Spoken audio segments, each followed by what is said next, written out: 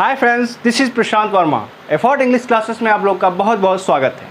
पिछले क्लास में हमने प्रोनाउन का विस्तार पूर्वक अध्ययन किया था। आज की क्लास में हम एडजेक्टिव का अध्ययन करेंगे। तो चलिए चलते हैं एडजेक्टिव पे। Adjective. An adjective is a word used to qualify a noun और a pronoun.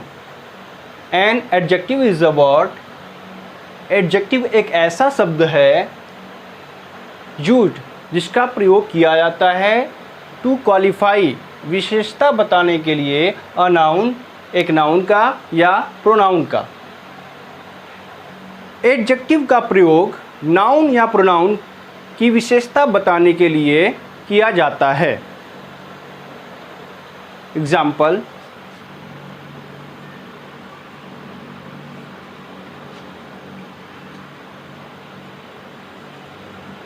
Good, bad, clever,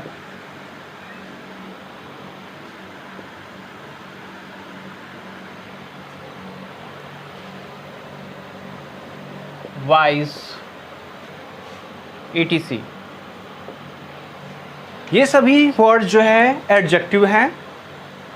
किसी भी वाक्य में हम एडजेक्टिव को कैसे पहचानेंगे देखते हैं। He is a clever boy.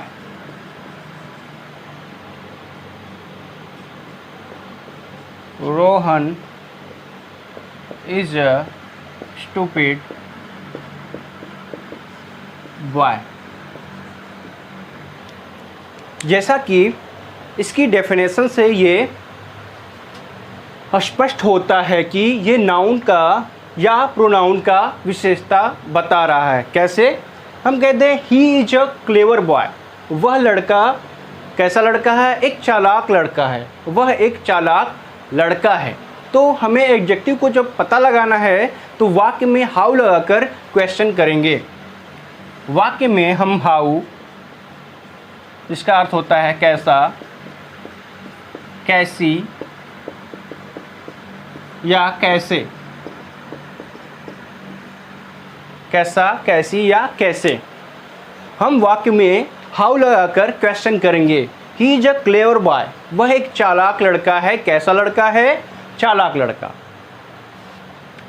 चालाक, तो यहाँ पे जो है चालाक आपका एडजेक्टिव हो गया। सेकेंड वाक्य में आते हैं। Rohan is a stupid boy. Rohan कैसा लड़का है? एक मूर्ख लड़का है। कैसा लड़का है?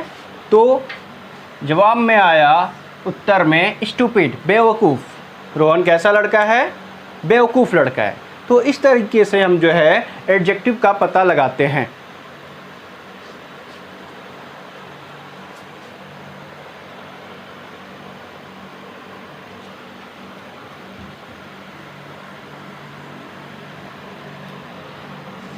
अब चलते हैं नंबर 4 वर्ब पे।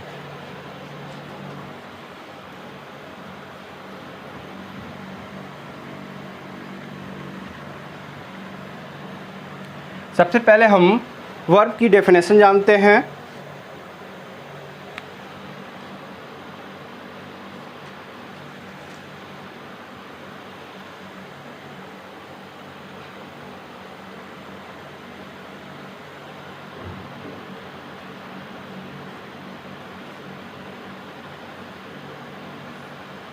वर्ब क्या होता है?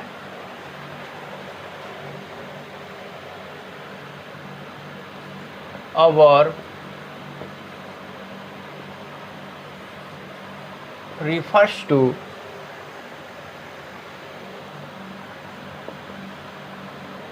an action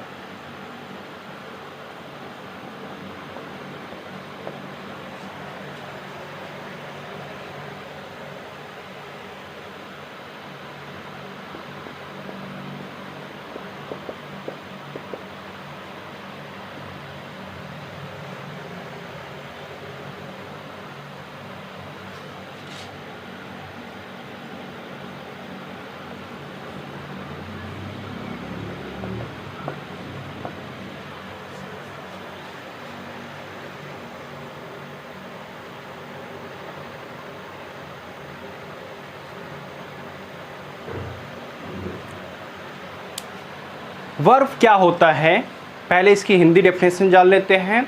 वर्ब से किसी कार्य का करना या होना व्यक्त होता है। वर्ब से किसी कार्य का करना या होना व्यक्त होता है। अ वर्ब रिफर्स, एक वर्ब रिफर्स उल्लेख करता है या बताता है टू एन एक्शन, किसी कार्य को। A condition, a state of being, a condition, एक कंडीशन को, या स्टेट ऑफ बीइंग मतलब किसी भी कार्य का करना अथवा होना, इसके द्वारा किसी भी कार्य का करना या होना व्यक्त होता है।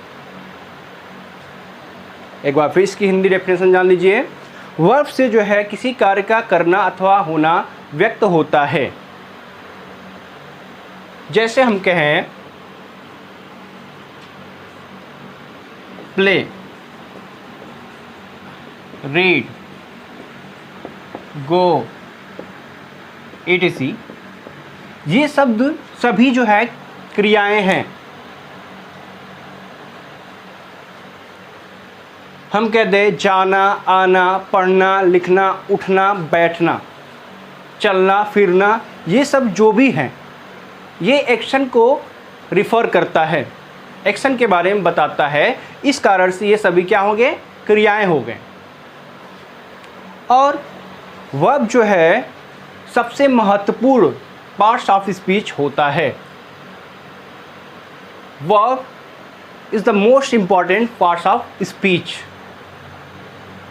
अगर किसी भी वाक्य में केवल एक शब्द मिले तो वो वर्ब ही होगा। अगर किसी भी वाक्य में केवल एक शब्द आपको मिल रहा है तो वो ये कंपलसरी है कि वर्ब ही होगा। जैसे हम कहते हैं गो, जाओ, प्ले, खेलो, स्टॉप, रुक जाओ।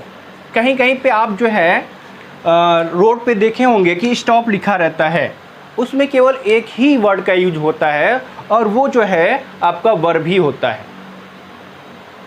अगर किसी भी वाक्य में केवल एक शब्द है तो वो श्योर है कि वो वर्ब ही होगा।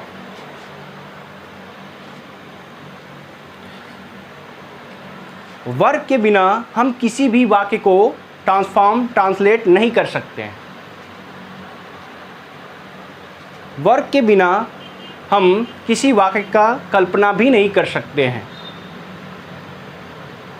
इसीलिए जो है वर्ब जो है सबसे महत्वपूर्ण पार्ट्स ऑफ स्पीच होता है। अब आते हैं काइंड्स ऑफ वर्ब, ये कितने प्रकार के होते हैं।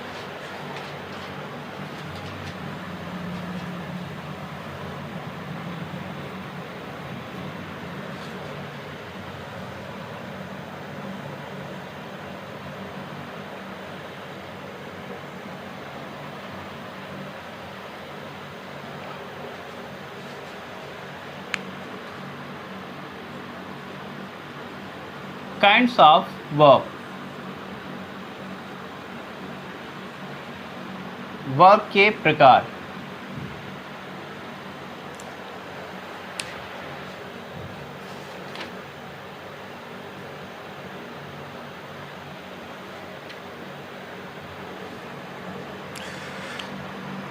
There are two kinds of verb. Verb जो हैं दो प्रकार के होते हैं। There are two kinds of verb. कौन कौन से? फाइनाइट और नॉन फाइनाइट वर्ब। फाइनाइट और नॉन फाइनाइट वर्ब। तो चलिए सबसे पहले आते हैं फाइनाइट वर्ब पे।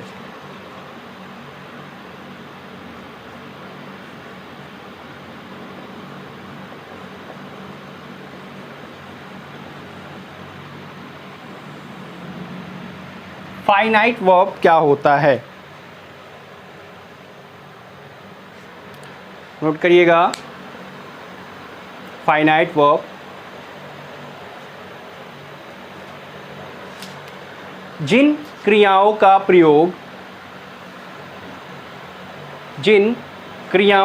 प्रयोग अपने सब्जेक्ट तथा टेंस के अनुसार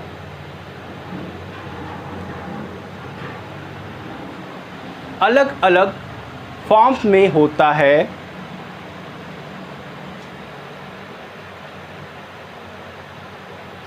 वे क्रियाएं फाइनाइट वर्ब कहलाती हैं।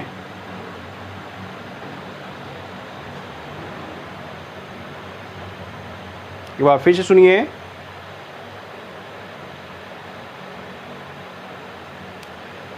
जिन क्रियाओं का प्रयोग अपने सब्जेक्ट तथा टेंस के अनुसार अलग अलग फॉर्म्स में होती हैं, वे क्रियाएं फाइनाइट वर्ब कहलाती हैं।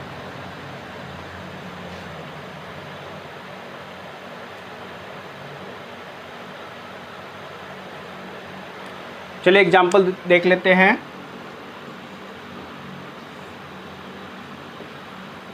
Ram goes to market। Ram market जाता है, बाजार जाता है। तो यहाँ पे आपकी जो क्रिया है ये गो है, और यह जो है राम के अनुसार यह चेंज हो गया है। राम के अनुसार और टेंस के अनुसार ये चेंज हो गया है। जैसे यहाँ पे राम है, इस कारण से यहाँ पे एस अथवा ई एस फॉर्म लगा हुआ है। अगर राम न हो करके आई हो जाता तो यहाँ पे गो हो जाता। तो देखिए जो है ये जो है अपने सब्जेक्ट के अनुसार चेंज हो रहा है। और मान लीजिए कि हमको जो है पास्ट टेंस में जाना है, वाक्य को पास्ट टेंस में लेके जाना है, पास्ट टेंस में बनाना है, तो हम कह देते हैं Ram went to market. Ram market गया। तो ये जो है जब हम टेंस चेंज कर रहे हैं तो ये जो क्रिया है ये भी चेंज हो जा रही है। इस कारण से यह फाइनाइट वर्ब कहलाएगा। फिर से दूसरे सेंटेंस को देखते हैं।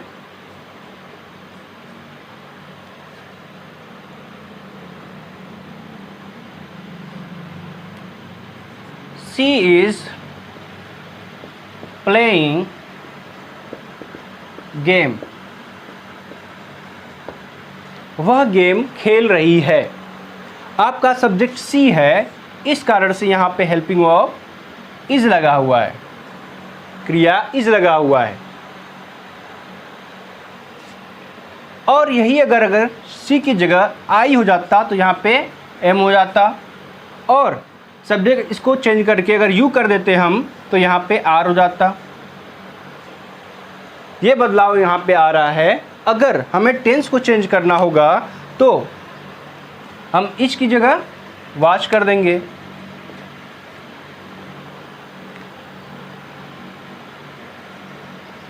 यू की यहाँ पे वर हो जाएगा। तो आप देख रहे हैं कि जो वर्ब है, जो क्रिया है, वह जो है सब्जेक्ट और टेंस के अनुसार बदल रही है। इस कारण से ये फाइनाइट वर्ब कहलाएगी। अब चलते हैं नॉन फाइनाइट वर्ब पे।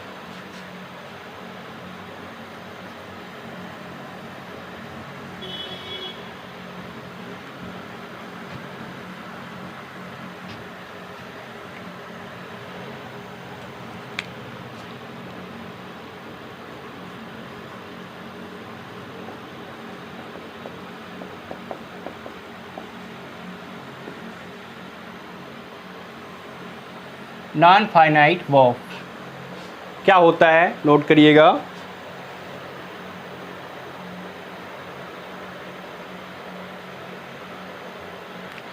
जिन क्रियाओं की फॉर्म्स पर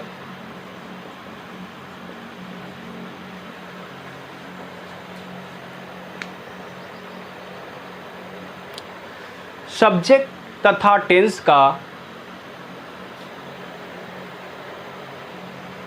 कोई प्रभाव नहीं पड़ता है,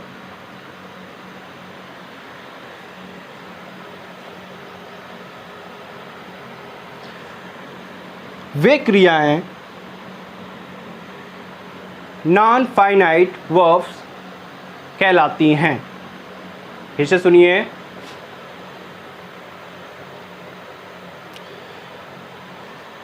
जिन क्रियाओं की फॉर्म पर सब्जेक्ट तथा टेंस का कोई प्रभाव नहीं पड़ता है,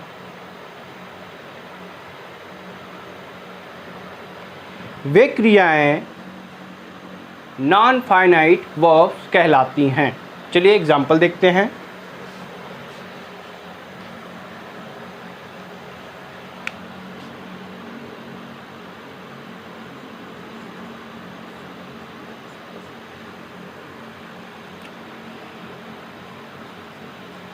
Ram goes to play cricket. Ram goes to play cricket. Ram cricket खेलने जाता है या राम क्रिकेट खेलने के लिए जाता है। अब देखिए, ये जो क्रियाएं हैं, ये जो क्रिया है, ये आपका नॉन फाइनाइट वर्ब कहलाएगी। कैसे कहलाएगी, चलिए देखते हैं। अगर हम इसको चेंज करते हैं, यहाँ पे सब्जेक्ट अगर हम आई ला देते हैं, यहाँ पे आई, यहाँ पे गो हो गया, टू प्ले क्रिकेट। यहाँ पे देखिए, इस क्रिया में कोई भी चेंजिंग नहीं हुआ। हमने सब्जेक्ट चेंज किया, यहाँ पे कोई भी चेंजिंग नहीं हुआ। अब कोई दूसरा टेंस ले लेते हैं। राम, यहाँ पे हम टेंस चेंज कर रहे हैं। Went to play cricket. यहाँ देखिए, टू प्ले में कोई भी चेंजिंग नहीं आया। यह जो है अपने सब्जेक्ट तथा टेंस के अनुसार नहीं बदला। अर्थात कह सकते हैं, इस क्रिया का सब्जेक्ट से और टेंस से कोई लेना देना नहीं होता है। नॉन फाइनाइट वर्ब का सब्जेक्ट से और उसके टेंस से कोई लेना देना नहीं होता है। इस कारण ये नॉन फाइनाइट वर्ब कहलाती हैं। दूसरा एग्जांपल देखिए।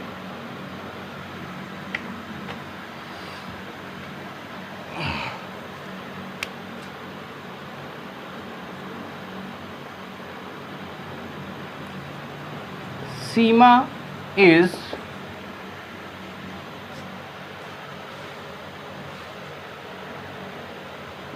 going to sing a song। इस वाक्य को देखिए, Seema is going to sing a song. Seema एक गाना गाने जा रही है।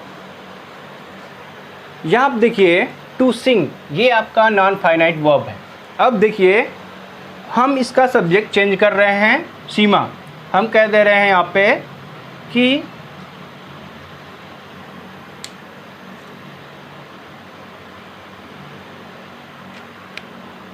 आई am going to sing a song. देखिए, यहाँ पे कोई चेंजिंग हुआ? कोई भी चेंजिंग नहीं हुआ। हम फिर से इसको टेंस को चेंज कर दे रहे हैं। अब इसको पास्ट इंडेफिनिट कर दे रहे हैं। पास्ट कंटिन्यूअस में I was going to sing a song. हमने टेंस को चेंज कर दिया, लेकिन ये जो नॉन फाइनाइट वर्ब है, इसमें कोई परिवर्तन नहीं हुआ। तो इस तरह से हम कह सकते हैं कि नॉन फाइनाइट वर्ब पर सब्जेक्ट तथा टेंस का कोई प्रभाव नहीं पड़ता है। आगे चलते हैं।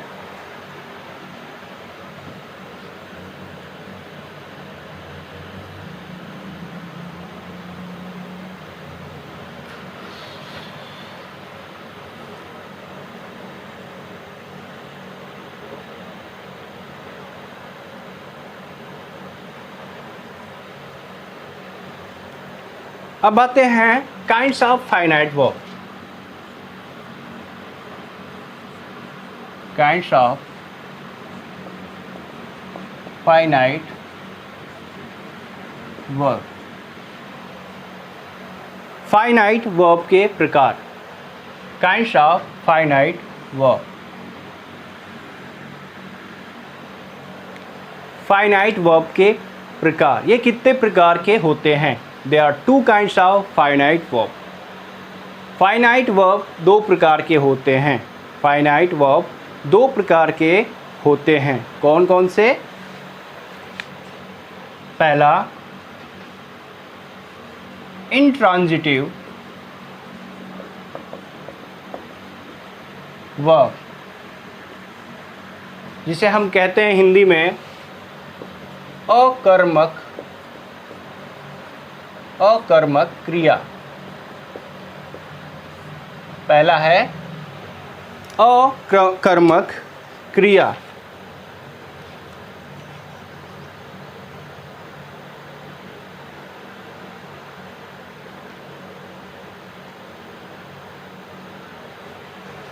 तो लिखिए अकर्मक क्रिया क्या होती है? जिस क्रिया का कोई कर्म, जिसे हम ऑब्जेक्ट कहते हैं, जिस क्रिया का कोई भी कर्म ऑब्जेक्ट नहीं होता है तथा अपने आप में ही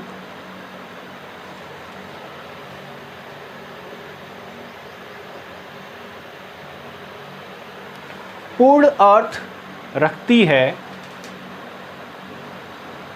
अकर्मक क्रिया कहलाती है। इसे सुनिए। जिस क्रिया का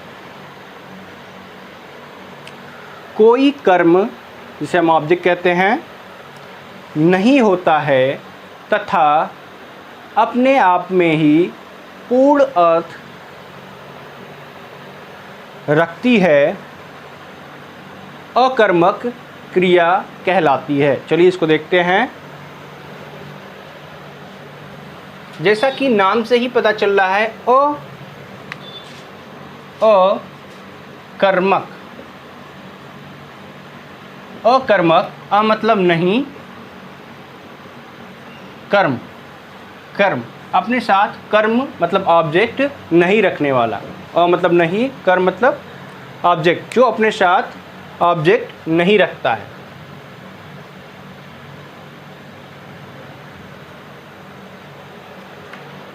एग्जाम्पल, करण वीप्स। करण रोता है। करण वीप्स, करण रोता है। इन वाक्यों को आप ध्यान से देखिए। करण वीप्स, करण रोता है। यहाँ पे आपका सब्जेक्ट है और फिर क्या है? मुख्य क्रिया है। इसी पे वाक्य समाप्त हो गया और यह पूर्ण अर्थ भी रख रहा है, यह पूर्ण भाव भी रख रहा है। तो कैसी क्रिया कहलाएगी? इंट्रांजिटिव वर्ब कहलाती है। दूसरा एग्जाम्पल, यहाँ पे जो वीप है ये इंट्रांजिटिव वर्ब है। The child स्लीप्स।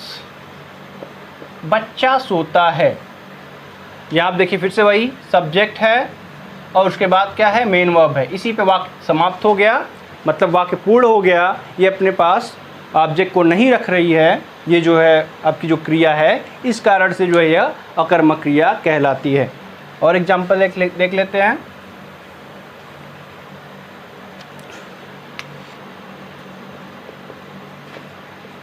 द डॉग्स, कुत्ते, बार्क्स, भौंकते हैं। यहाँ फिर से सब्जेक्ट और ये आपका मेन वर्ब, इसी पे वाक्य पूर्ण हो गया, इसका अर्थ भी क्लियर हो गया। The dogs barks. तो ये जो है कुछ ऐसी क्रियाएं हैं जो अपने साथ ऑब्जेक्ट नहीं रखती हैं। ये जो है क्रियाएं कैसी क्रिया कहलाती हैं? अकर्मक इंट्रांजिटिव वर्ब्स कहलाती हैं। अब चलते हैं ट्रांजिटिव वर्ब पे।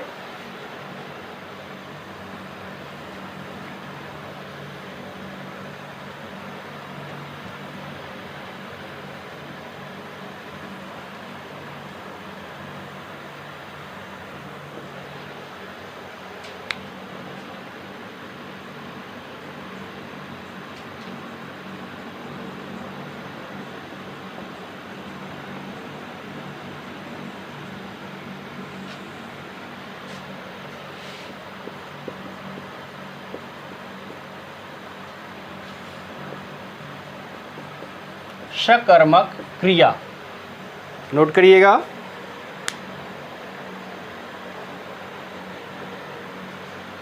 जिस क्रिया का प्रभाव अपने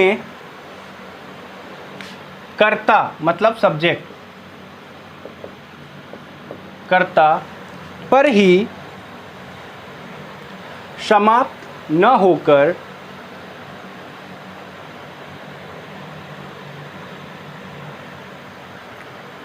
किसी अन्य व्यक्ति या वस्तु पर पड़ता है, अर्थात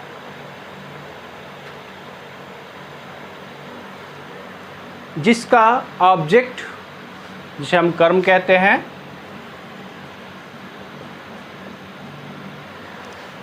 होता है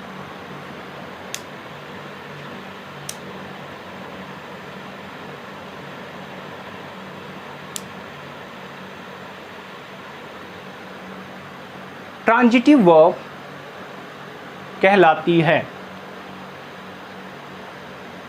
फिर से सुनिएगा।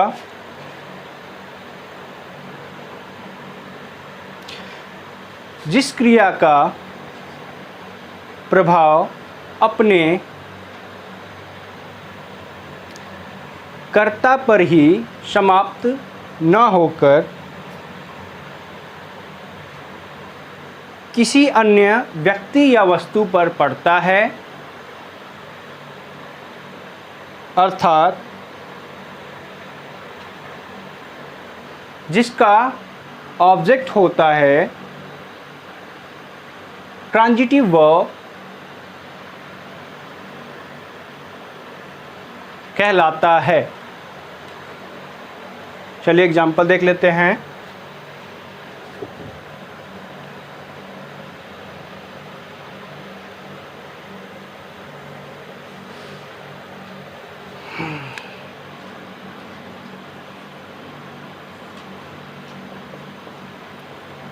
Rahul writes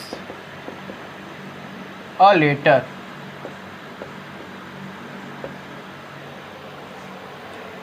राहुल एक पत्र लिखता है। इसमें क्या क्या है? सब्जेक्ट है, यहाँ पे मेन वर्ब है, और ये आपका क्या है? ऑब्जेक्ट है।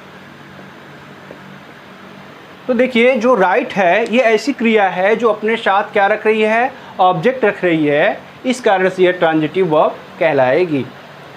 Rahul writes a letter. Rahul writes लिखता है। क्या लिखता है? एक पत्र। मतलब जो सेंटेंस है आपका, ये वर्ब पर ही समाप्त नहीं हुआ, ये अपने क्रिया पर ही समाप्त नहीं हुआ, ये जो है आगे बढ़ गया।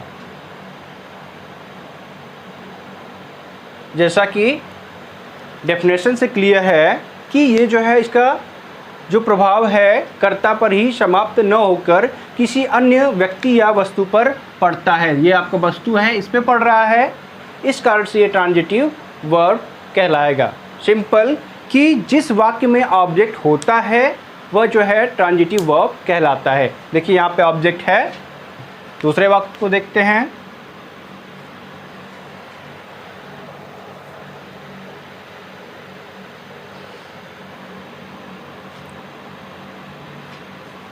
रोहन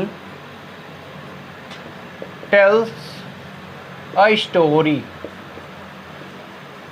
रोहन एक कहानी सुनाता है। यहाँ पर सब्जेक्ट, ये आपका मेन वर्ब हो गया, और ये आपका ऑब्जेक्ट हो गया। मतलब यहाँ पे ऑब्जेक्ट है, इस कारण से ये ट्रांजिटिव वर्ब कहलाएगा। इसी तरह बहुत से एग्जाम्पल हैं।